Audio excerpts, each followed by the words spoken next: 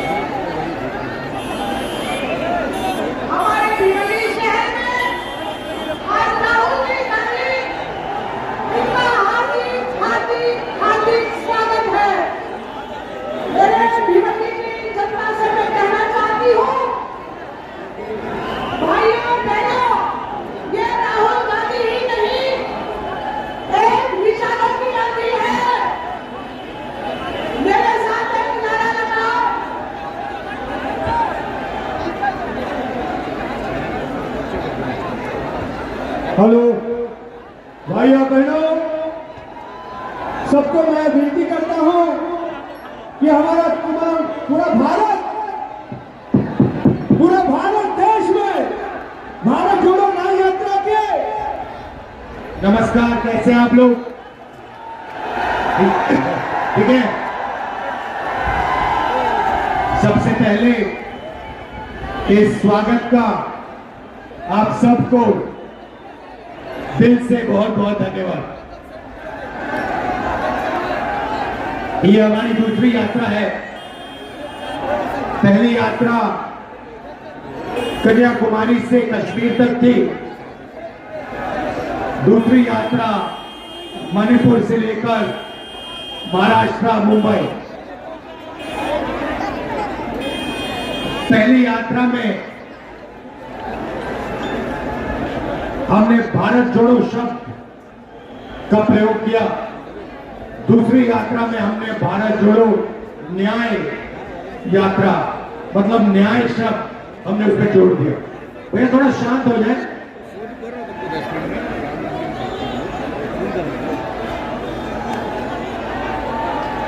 जब हम पहली यात्रा पे चल रहे थे, बहुत सारे लोग आए, कहते देखिए आप कन्याकुमारी से कश्मीर तक चल लिए, मगर ऐसे बहुत प्रदेश हैं जहां आप गए नहीं। उड़ीसा नहीं गए, गुजरात नहीं गए, छत्तीसगढ़, झारखंड नहीं गए, तो आपको दूसरी यात्रा करनी चाहिए। न्याय शब्द क्यों जोड़ा? क्योंकि पहली यात्रा में पता लगा कि जो हिंसा फैल रही है उसका कारण अन्याय है। गरीबों के खिलाफ, श्रमिकों के खिलाफ, मजदूरों के खिलाफ, छोटे व्यापारियों के खिलाफ, बेरोजगार युवाओं के खिलाफ, जहां भी इस देश में देखो आपको अन्याय दिखेगा। तो इसलिए हमने दूसरी यात्रा में न्याय शब्द जोड़ दिया। मैं शुरुआत आपसे 2-3 सवाल पूछ के करता हूं। नरेंद्र मोदी जी ने हिंदुस्तान के 20-25 सबसे अमीर लोगों का कितना कर्जा माफ किया?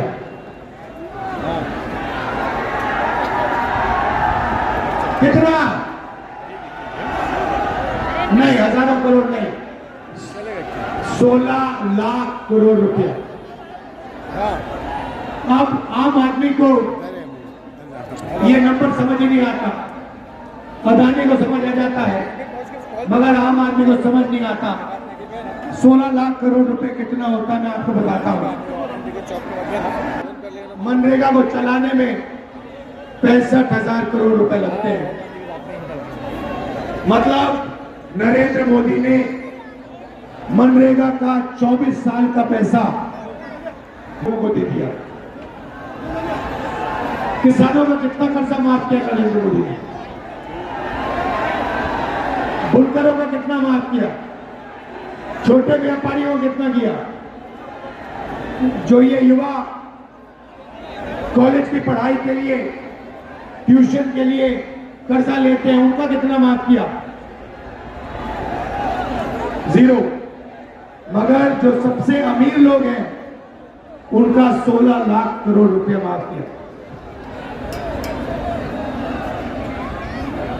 कुछ दिन पहले सुप्रीम कोर्ट कहती है कि ये जो नरेंद्र मोदी ने इलेक्टोरल बॉन्ड शुरू किए, इसके आंकड़े स्टेट बैंक ऑफ इंडिया को पब्लिक कर देने चाहिए। सुना इसके बारे में? अब बात निकलती है कि इलेक्टोरल बॉन्ड्स में हजारों करोड़ रुपए हिंदुस्तान के बड़े बड़े कॉर्पोरेट्स ने बीजेपी को, नरेंद्र मोदी जी को दिए। हजारों करोड़ रुपए। जो भी कॉन्ट्रैक्ट हिंदुस्तान की सरकार देती है, जिस भी कंपनी को देती है, उसका इलेक्टोरल बॉन्ड्स के माध्यम से रिश्वत वो कंपनी बीजेपी को देती है। हजारों करोड़ रुपए कंपनियों पर दबाव डालकर, सीबीआई इंक्वायरी कराकर, ईडी की इंक्वायरी कराकर, इनकम टैक्स का दबाव डालकर उनसे पैसा एक्सटॉर्ट करा जाता है। हजारों करोड़ रुपए, हजारों करोड़ रुपए बीजेपी ने हिंदुस्तान के बड़े बड़े अरबपतियों से लिया। भाई और बहनों, देश में पिछड़े वर्ग के कितने लोग हैं? देश में पिछड़े वर्ग के कितने लोग हैं? कोई जानता नहीं। 20% नहीं है भाई, फिर से बोलो, 20 नहीं है, 30 भी नहीं है, 40 भी नहीं है, 50%। आदिवासी कितने? 8%। दलित कितने? 15%। माइनॉरिटी कितने? 15%। 50 में 15 जोड़ो कितना होता है? 65। 65 में 15 जोड़ो कितना होता है? 80 में 8 जोड़ो कितना होता है? 88। आपकी आबादी 88% है, उसमें 5 जनरल कास्ट के गरीब लोग जोड़ दो। मुझे बताओ, इस देश में आपकी भागीदारी कहां है? मीडिया में आपके लोग हैं क्या? एक आपका नहीं है। 90% का मीडिया में एक आदमी नहीं दिखेगा। इसीलिए मीडिया वाले आपकी बात नहीं करते। कभी मीडिया में आपने कभी किसानों की बात होती हुई देखी? मजदूर की बात होती हुई देखी? छोटे दुकानदार की बात होते हुए देखी? बेरोजगारी की बात सुनी? महंगाई की बात सुनी? नहीं। अंबानी की जो शादी होती है, मीडिया में देखा? बॉलीवुड के सुपरस्टार मीडिया में दिखते हैं? मोदी जी समुद्र के नीचे जाते हैं, मीडिया में दिखता है? मोदी जी कहते हैं थाली बजाओ, मीडिया में दिखता है? मोदी जी कहते हैं सेल फोन की लाइट जलाओ, दिखता है? क्यों? क्योंकि आपके तो वहां कोई है ही नहीं।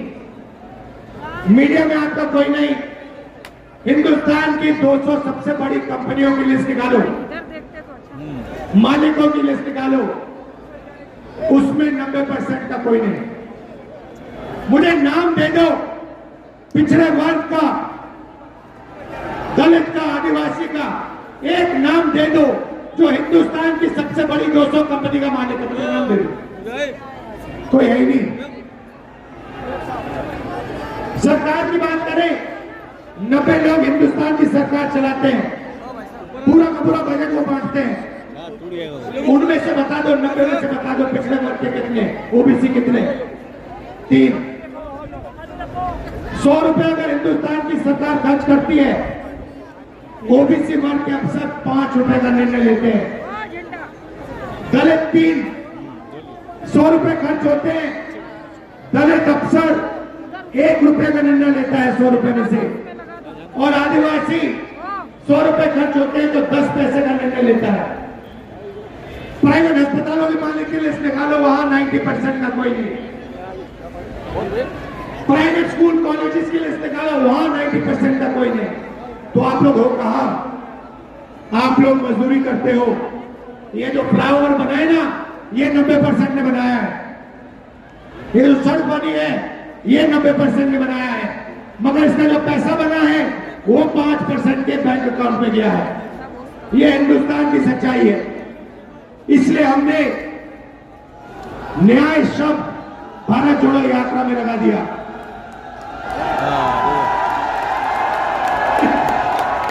आर्थिक अन्याय, सामाजिक अन्याय, किसानों के खिलाफ अन्याय, बेरोजगार युवाओं के खिलाफ अन्याय। किसान कहता है हमें एमएसपी दे दो, मिनिमम सपोर्ट प्राइस दे दो। नरेंद्र मोदी कहते नहीं मिलेगी, मर जाओ तुम्हें नहीं मिलेगी। हमने मैनिफेस्टो में लिख दिया, जैसे हमारी सरकार आएगी हिंदुस्तान के किसानों को मिनिमम सपोर्ट प्राइस, कानूनी मिनिमम सपोर्ट प्राइस हम दिलवा देंगे। तो ये लड़ाई है भाइयों और बहनों। एक तरफ नरेंद्र मोदी जी हिंदुस्तान के 20-25 अरबपति और दूसरी तरफ हिंदुस्तान की गरीब जनता, बेरोजगार लोग, पिछड़े, दलित, आदिवासी, माइनॉरिटी, गरीब जनरल कास्ट के लोग।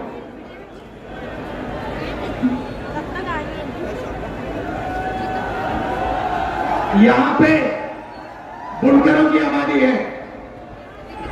आपका नरेंद्र मोदी जी ने कभी कुछ किया? कर्जा माफ किया, जीएसटी लागू कर दी, नोटबंदी कर दी। और जो छोटे उद्योग चलाते हैं, जो स्मॉल मीडियम बिजनेस चलाते हैं, बुनकर लोग हैं, उन सब का धंधा खत्म कर दिया। ये जो दुकानदार हैं, स्मॉल मीडियम बिजनेस वाले, इनको सबको खत्म कर दिया। क्यों? क्योंकि वो सबसे बड़े अरबपतियों की मदद करना चाहते हैं। तो ये मेरा मैसेज है आपके लिए। आप लोगों को जागरूक होना पड़ेगा। आपकी जेब में से हर रोज पैसा निकाला जा रहा है, वही 20 लोगों के जेब में जा रहा है। जिस दिन 90% जग गया, उस दिन ये सब बंद हो जाएगा और हिंदुस्तान की राजनीति बदल जाएगी। आप मुझसे पूछो पहला कदम क्या है, मैं बताता हूं। पहला कदम जाति जनगणना, सबकी गिनती।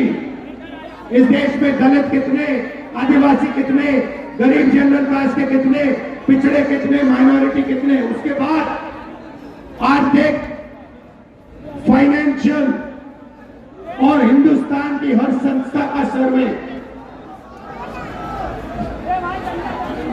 जुडिशरी में कितने, बड़ी बड़ी कंपनियों में कितने, मीडिया में कितने, ये दूध का दूध, पानी का पानी हम कर देंगे। आप हमें मौका दो, जाति जनगणना करेंगे, आर्थिक सर्वे, इकोनॉमिक सर्वे, और हमारे जो देश की सारी संस्थाएं हैं, इसका सर्वे करेंगे। हिंदुस्तान में क्रांतिकारी काम हो जाएगा, बदलाव शुरू हो जाएगा। आप सबने यहाँ इतने प्यार से मेरी बात सुनी, इसके लिए दिल से आपका धन्यवाद करता हूँ। बहुत बहुत धन्यवाद। नमस्कार, जय हिंद। बोलो बोलो बोलो। राहुल जी, राहुल जी, अरे बोलना। राहुल गांधी आगे बढ़ो। राहुल जी पीछे देखिए, पीछे की तरफ देखिए। राहुल जी पीछे देखिए। राहुल जी स्टेज की तरफ देखिए। राहुल जी और भी एक बार। राहुल गांधी साहब स्टेज की यहाँ आप देखिए, यहाँ आइए सर जी सब। राहुल गांधी आगे बढ़ो। मोदी हटाओ देश बचाओ, मोदी हटाओ देश बचाओ, मोदी हटाओ देश बचाओ। राहुल गांधी जी जिंदाबाद। राहुल गांधी जैसा हो, देश का नेता कैसा हो, राहुल गांधी जैसा हो, राहुल जी संघर्ष करें। हम तुम्हारे साथ हैं। राहुल जी पीछे देखो। राहुल जी पीछे देखो, राहुल जी पीछे देखो, पीछे राहुल जी संघर्ष करो, राहुल जी संघर्ष करो, हम तुम्हारे साथ हैं, राहुल जी संघर्ष करो। हम तुम्हारे साथ हैं।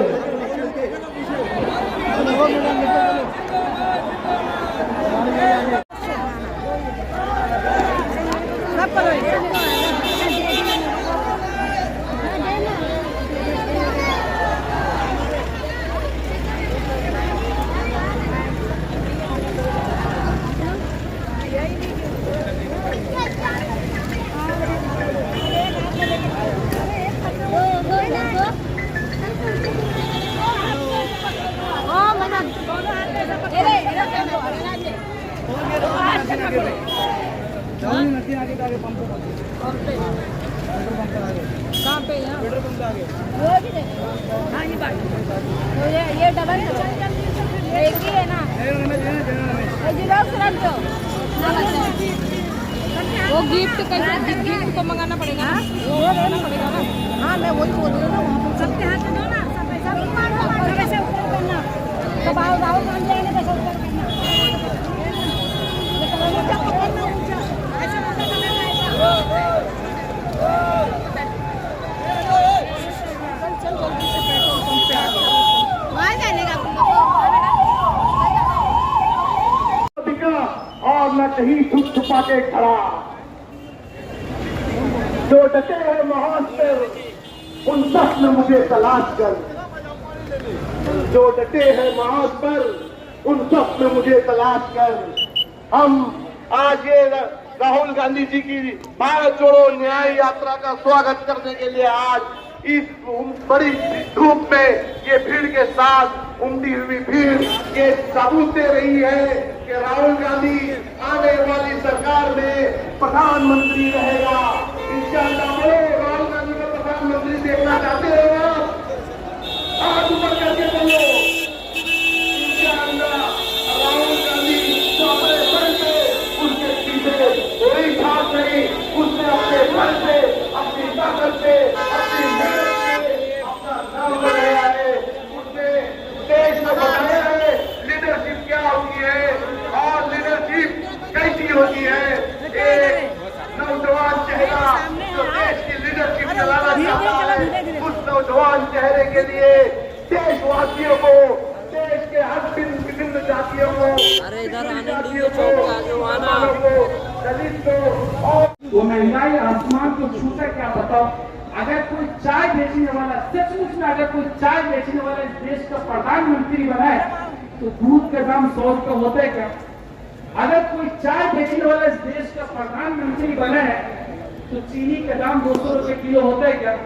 पेट्रोल, डीजल, रसोई गैस इनके कॉम्पिटिशन में सरसों करते हैं कि आगे पेट्रोल ने बोला मैं 100 के पार खड़ा हूँ, चलो दिलदार चलो 100 के, ने भी कहा मैं भी 100 के पार खड़ा हूँ, चलो दिलदार चलो 100। सरसों के तेल बोला कि तुम दोनों 100 के पार खड़े हो, तुम दोनों भी करके मैं अकेला ही 200 के पार चला जाऊंगा, चलो दिलदार चलो 200 के पार।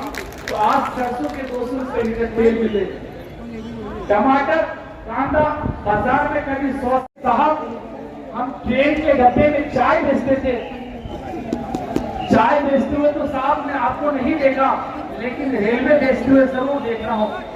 साहब कहते हम ट्रेन के डब्बे में चाय बेचते थे, साहब हम आपको चाय बेचते हुए तो नहीं देखा, लेकिन बीएसएनएल बेचते हुए जरूर देखे।